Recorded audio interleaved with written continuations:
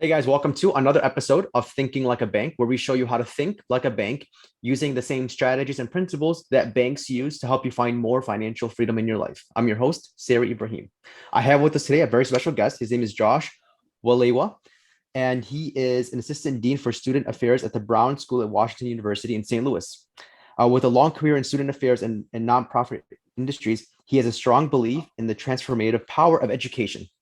He also is the host of the Best Worst Thing podcast, which focuses on resilience. Josh earned his PhD in educational leadership and policy studies from the University of Missouri, St. Louis, and his MA and BMA degrees from the University of Iowa. Josh, welcome to the show. Thanks for having me. I appreciate it. Yeah, thank you. I wanted you on the show to talk about, mindset, resilience, kind of taking the small steps first in life before jumping to the bigger steps. But before we do that, can you tell us a little bit more about your background and what you're doing today? Absolutely. So thanks for the introduction. I started a podcast during the pandemic at some point, a little over a year and a half, almost a year and a half ago now, called The Best Worst Thing. And it was based on really trying to support people who are going through a hard time, hearing stories of other people who are successful in a variety of industries and finding maybe some lessons that they could take along the way. But how I regularly spend my time is I support college students throughout my career, both at the undergraduate and now at the graduate and professional level, outside of the classroom. So while maybe I do teach a few classes here and there, my goal is to work with college students, because what we know in education is that most students spend a majority of their time outside of the classroom when you get to college. You spend maybe a few hours a day, maybe 4 or 5 hours a day, but then there's work, there's homework, there's leadership opportunities.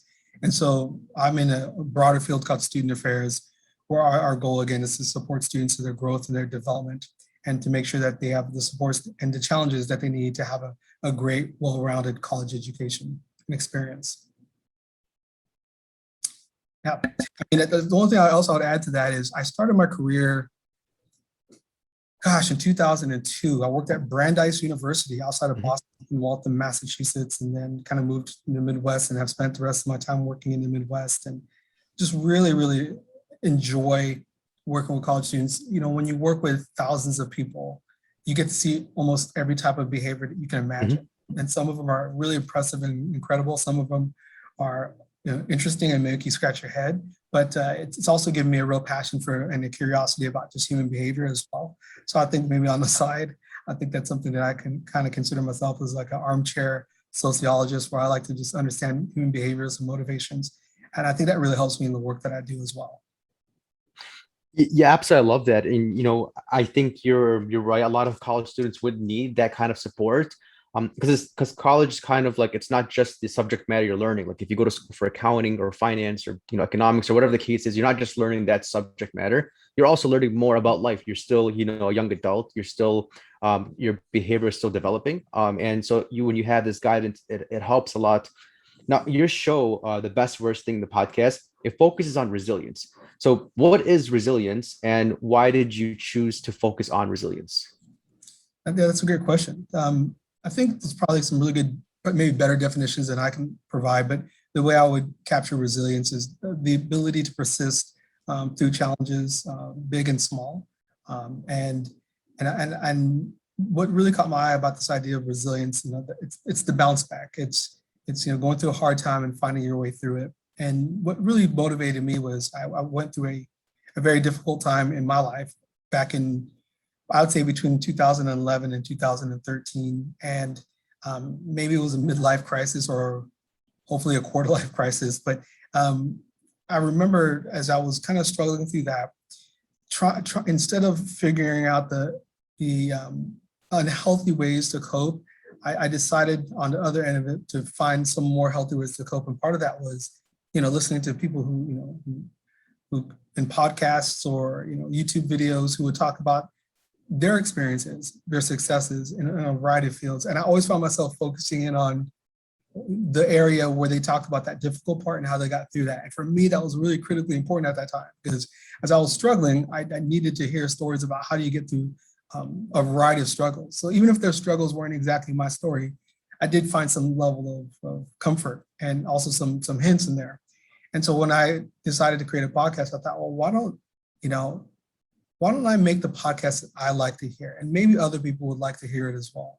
I mean, it's similar to when you grow up and your parent makes you peanut butter and jelly sandwiches with the wheat bread with the crust all over it, and maybe they give you the end piece. And when you become an adult, you're like, I'm gonna make my own peanut butter and jelly sandwich, cut the crust off, a lot of jelly, a lot of peanut butter. Like I decided I'm gonna make it the way I want to make it, right? And so to my peanut butter and jelly sandwiches, that's kind of what I decided to do with the podcast. I decided to make it in the way that I like. And so the goal was just to kind of, if people wanted to tell their story, I was going to provide a platform for them to tell their story. And my hope was that people would get something from it. And so it's been really nice to have listeners from all over the place, and even reconnect with some old friends who found me through the podcast as well. Yeah, absolutely. Podcasting, I also see on this side right here of, it's a great way to keep relationships, also to build new relationships. Like I was on your show on episode 34, we talked about bank on yourself, which was really nice. And it's kind of a cool way to meet people, especially in, post-pandemic era of networking and connecting with people. We could do it over podcasting. So yeah, and I love how you bring on other people to share their stories. Now you mentioned something that's interesting, is that I think like from a behavioral standpoint, when we come across problems in life, we either we become reactive to those problems. We do something in response to those problems that we have. Sometimes they are healthy decisions, and sometimes they're unhealthy decisions. This is kind of how we as humans believe like we're solving a problem. Now, what are some ways that you've seen like successfully people solve problems, or other words, successful ways of solving problems? Absolutely. So one of the most important things is to be honest with yourself and to admit a few things, in particular, emotions like fear, anxiety, stress, anger, whatever it is. And I think that that's just taking some time to be deeply honest about whatever it is your situation is. Because if you cannot be honest with yourself about your current situation, then there's no way that you're going to be able to resolve it. And I guarantee you, if you can't resolve it, people are not going to be interested in jumping in to support you as you get through those problems as well. People want to invest in people who are doing well. And that's just the truth, right? I know there's a lot of us out here who will definitely give to people who are struggling, who are not in a position to help themselves. But I know for sure that you have a higher likelihood of getting support if you are doing the work, but you have to be completely honest. So I think that's an important piece right there. For me, I think what stands out for me is fear of failure. If I try and I make an effort and I fail at it, maybe I'm destined always to be a failure. And I think that's important. Fear is probably an emotion or an instinct that we have that's helped us somewhere along the lines, and it probably still helps us to this day in certain areas, but it's also overutilized. And so we pay attention to it a little bit too much. Fear, but doing it anyways is really important. And so I think another characteristic that people need to do is to act in courage, even if you don't necessarily see the results that you're looking for immediately. Maybe you're 5 or 10 steps away, but they're there. I think one of the things that's really important is to do it anyway. And so I think facing your fears is super huge and super important. So I'll give you an example from a financial perspective. I had a notorious habit of not paying electric bills, which is odd, right? You think like, a person who's an assistant dean and, obviously has a fairly good career, but I grew up in a household that was poor, right? And money was a single mother who worked multiple jobs. And so I always had fear of money. And so spending money was always scary to me. And so paying something like paying a $27 electric bill made me afraid. It scared me, frightened me. And so, you do that enough months in a row, you can get a pretty good bill with late fees. And so there have been a couple of times in my adult life where, that fear turned into lights getting turned off and me scrambling to get money together to turn them back on.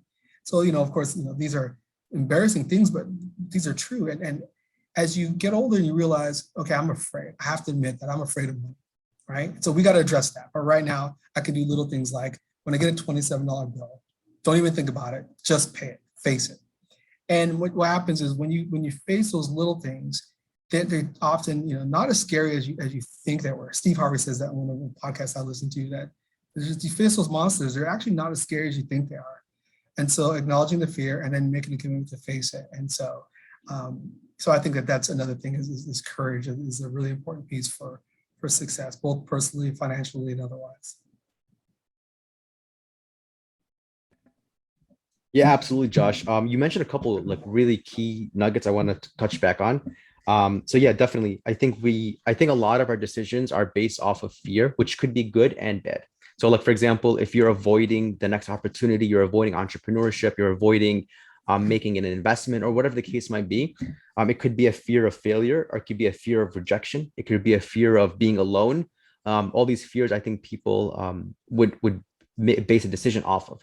But at the same time, it could also be a good way where if you fear that you're never if you fear that you're going to end up in the same place next year as you are right now, or you fear you're going to have the same job, or you fear that you are not going to get all the true things that you desire in life, then that could be your motivation to the next level. So I'm a big fan of fear because it's the only thing that really triggers me. It kind of it triggers my subconscious and gets me to react on certain things. And that's helped me also too in entrepreneurship. So I love the fact you mentioned that, and it's about your attitude too of how you're viewing it and how you react to. I was thinking the other day, like if you are not reaching, if you want to talk about failure as well, if you're not reaching failure in your life, it probably means you're not doing things outside of your comfort zone. So like you want that fear, you want to hear that, see that fear, you want to feel that failure, you want to get to that rejection places because it means you're striving for much bigger things than you could actually handle. But in reality, you can handle more than you could actually than you think you can. So we're meant to reach our full potential. So I love how you mentioned that, and definitely having the courage to do more things. What I remember one time I was doing my MBA and I was doing a finance course, and the professor was saying that when he graduated from college, he was like a financial analyst. He was working for a company, and his first task was he had to do a 5-year projection of how much the company was going to make and how much the company was going to lose. And then he said when he did that 5-year projection, year one, when they compared that to his 5-year projection, it was about 80% accurate. And then year two, it was about 50% accurate. And then year three, they had to do a new 5-year plan because it wasn't accurate at all. And he had to keep doing that over and over again. And then I rose my hand and he's like, let me guess what your question is. Your question is, why do a 5-year plan if we know it's going to be 80% accurate year one, it's going to be 50% accurate year two, and we're probably have to do it all over again in year three? And I was like, yeah, that's exactly my question. And he's like, because it's process over result. The homework part and the analysis part and the research part is more important than the result part. And I think if we apply that same thing in our life, like the doing part could be more important than the result. So I just thought like I wanted to just share that and connect that. What do you think about that part? Yeah, absolutely. I do think you're right. So in my previous role here, I worked in helping students secure careers and career opportunities. And I do think that people do get focused on the outcomes and don't fall in love enough with the process. And so what I would try to instill with the graduate students who are moving on to careers that where they're going to do really cool things was, they would get caught up in the idea of if I apply for this many jobs and don't get an interview, that's the problem. And what I try to get them to fall in love with is that the practice of filling out applications, networking, developing a better resume or cover letter, just falling in love with that process. It's almost like not falling in love with the game, but falling in love with the practice. Right? The game, the outcome is going to be what it's going to be, but the process that you go through is really important. And that really changes your mindset, because if you're not so fixated on the outcome, no matter what, you're going to probably be in a better place, but you're going to have some of those skills, those habits, those routines that are needed for success. And so, so that I totally agree with that. And I want to go back to kind of something you said about fear. I do think fear is a great motivator. Fear and failure, like in athletics or even in working out, oftentimes in order to, you've heard this 1,000 times, listeners have heard this 1,000 times, to build muscle, you have to go to failure. Like that's one of the techniques and strategies, because what happens is your body adapts, it builds, and it comes back even stronger. And life is in a very similar way, is the same way. You go through a failure, but you don't look at it as a bad thing. You look at it as a learning opportunity. And you figure out what works. Most scientists look for failure as a way of cutting out the things that don't work and getting closer to their goals. So failure is sometimes something that people strive for. And in boxing, fighting scared, fighting with fear. If your instinct when someone's swinging at you is to be blocked and to be able to jab back, that's a pretty awesome instinct versus running or ducking or shrinking up. And so I think, using that fear as a motivation, I think is really important. I remember when I was big time into working out, that's the one thing, whenever I had a big lift ahead of me, I would always say, fight scared, fight scared, fight scared. I love the idea of like, I'm afraid of it. I'm going to do this thing, but I'm going to do it anyway. If I fail, next week I probably will get it, or the week after I probably will get it, but I'm going to fight to it no matter what. That used to always be kind of like a self-talk motivator, fight scared, fight scared, fight scared. And so fear can be a really awesome motivator as well. So I really like all three of those concepts that you just shared. You said it better than me. You want to fall in love with the process for sure. It's the doing part that's more important. And you're right. I do see that a lot of times with like, especially people that are just graduating college, where like they want to apply for like that one job and they want to almost guarantee they're going to get that job because they don't want to get a rejection letter. And when you have that mentality, that actually holds you back. It doesn't help you, it actually holds you back. You want those rejection letters because that's an indication that you're doing more than you think you're doing. Of course, you want to actually land the job, you want to land those opportunities, but the doing part and the process part is more important, like you said, than just expecting only the result. You're more likely to get the results you want from more actions. And another thing too is, Muhammad Ali said, like somebody asked Muhammad Ali one time, like, how many, I forgot what it was. It was like, how many reps do you do, or how many sets do you do? And he's like, I don't know. He's like, I only start counting when I feel pain, because that's when you actually grow. Everything before that is kind of irrelevant when you work out. But when you have that pain, that's when he starts counting. So I love that. And I think that you could apply that in sports and working out, as well as in the real world too, like in business. Like when it starts hurting, that's when you should start counting. That's when you should start looking for the results, is when it starts hurting, because that's where the results are going to come from. Another thing too that I like how you mentioned is that like scientists, they do things that are beyond their reach, so they're looking for failures, they're looking for problems. And the same is true with, like, for example, when you look at like Google or Apple or Samsung, like all the projects they have, like when we're holding an iPhone 10 or 11 in our hand, or a Samsung or a laptop or whatever the case is, that could have been just one out of 1,000 projects that made it through the boardroom and made it through the project management office and made it actually into the marketplace. Before that, there was probably thousands of failures, projects and ideas that didn't make it across, but that was fine. That was worth it for these large companies to go through all that data, all that practice, to get to that one device that's actually going to make it into the marketplace. Absolutely. I mean, I think that's, if people can start to reframe how they approach their careers and their lives, and start not being afraid of those missteps, and really looking at those as building blocks. Like you're building your success off of a mountain of failure, right? And it's, a lot of kids will see their parents in their 50s with a nice house and say, like, and think, wow, my parents always had it easy, and not see, again, the ramen noodles in college, and or the not being able to go to college and having to start at the office and deliver mail, and slowly working your way and grinding your way up to the top to eventually have financial satisfaction and health for your family. And so I get that, but for those of us who want to be successful, we know that, we should look forward to those ideas, and maybe look at it more as a good sign. That's something that you've learned something, and that you're going to build off of it. You're going to grow towards something even better, which is a super, super cool aspect of life if you're willing to frame it that way. And it takes some mental work. So that's the other piece about like slowing down too as well is, it's easy to read a book or listen to a motivational speaker and say like, okay, I'm going to hard charge through the door. I know that failure is good. I know that courage is important. I know that fear is good. But we don't change overnight. And so the only thing I would encourage people to do is to just really have small goals early, right? Just little small wins are so important. For me, it was like, okay, every morning I'm going to at least listen to the same music mix. Like that was it. If I could do that, things would get a little bit better. And then after that, maybe I added a 20-minute walk or a 30-minute run. And after I did that for several weeks, maybe 6 weeks, then I started adding other things that were positive, like listening to content that was actually helpful from a financial perspective or a success perspective. And then after that, so just like slowly building on new habits that are going towards your success. And at the same time, I would say also eliminating things that are not in line with your goals, right? If your goal is to have $1 million, if your goal is to be a CEO, if your goal is to get your degree, or to find a job in the first place, anything that you are doing that does not align with your goal, it may be worth considering eliminating. So starting small with little habits in the direction you want to go to, and immediately, as quickly as possible, eliminating things that don't line up. I'll give you a really strange example.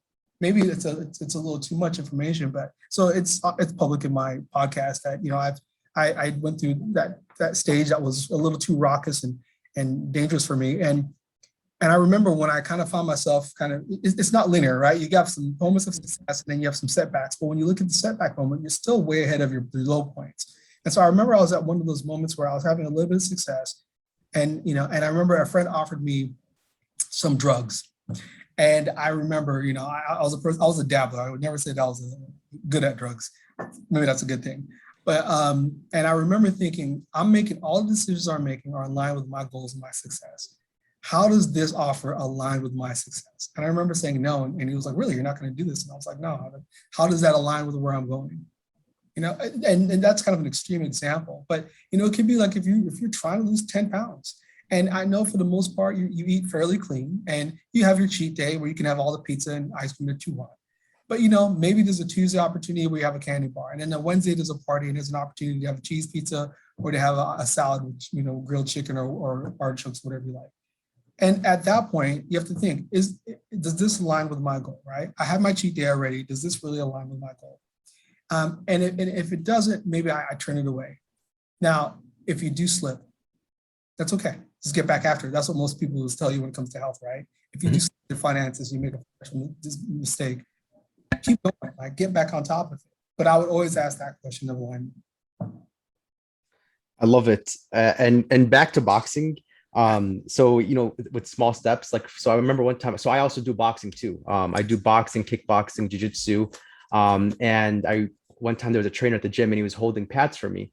And he was like, jab, cross, and then I'm going to throw a jab at you. And then you slip to your right to get out of the way. So I did that. And then I went too far. And he's like, look, boxing is a game of inches, not miles. If you don't move out of the way, you'll get punched in the face. If you move too far out of the way, you won't be able to counter and you'll be in a worse situation. So you want to be kind of in a balanced way. It's a game of inches, not miles. And I think the same is true in business and life and success. It's a game of inches. It's the small, tiny steps that move you in the right direction, not necessarily trying to change your entire life overnight, because you can't do that. You can't change your entire life overnight. It's those inches that matter more. And definitely, and I love how you said, you want to do things that are aligned with your goals. So this is where, since the show is called Thinking Like a Bank, one thing that banks do, when you go and apply for a loan, is they have a set criteria of things that they look for already. For example, we only do real estate in the state of Illinois, in the Chicagoland area, that are houses between 200,000 and 400,000, and that are, borrowers that have a 650 to 800 credit score and are only going to put a 20% down. And that's it. Everything else, all other business opportunities that come their way that don't fit all those criteria, they completely exclude. And that's what the bank is doing most of the time.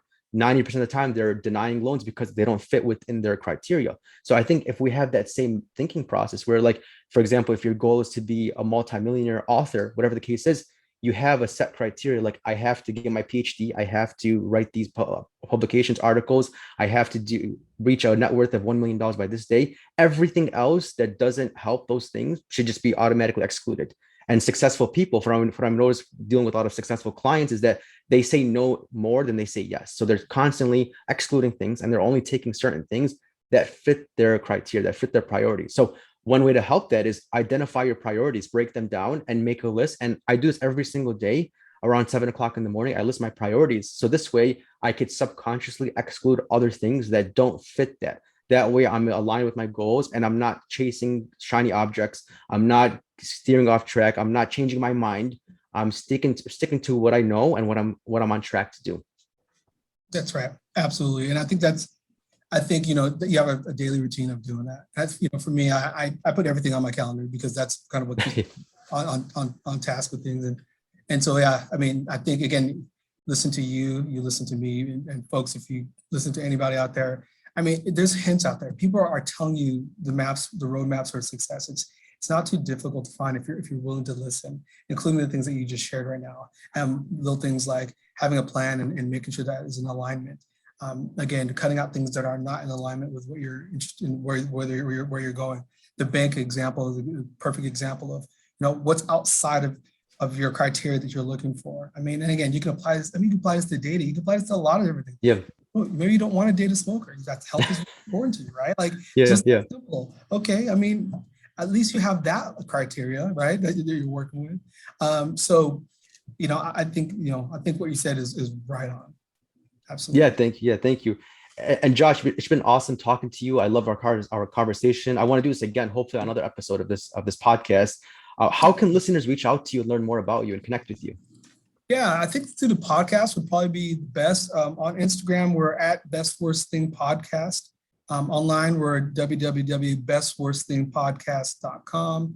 And you can always email me directly at jw@bestworstthingpodcast.com. Awesome, Josh. Thank you so much. Looking forward to reconnecting. Thank you. Absolutely. Yeah, next time for sure. To learn more about what we do and how we can help you grow more wealth, please visit www.finassetprotection.com. That's FIN assetprotection.com. The topics presented in this podcast are for general information only and not for the purposes of providing legal, accounting, or investment advice. On such matters, please consult a professional who knows your specific situation.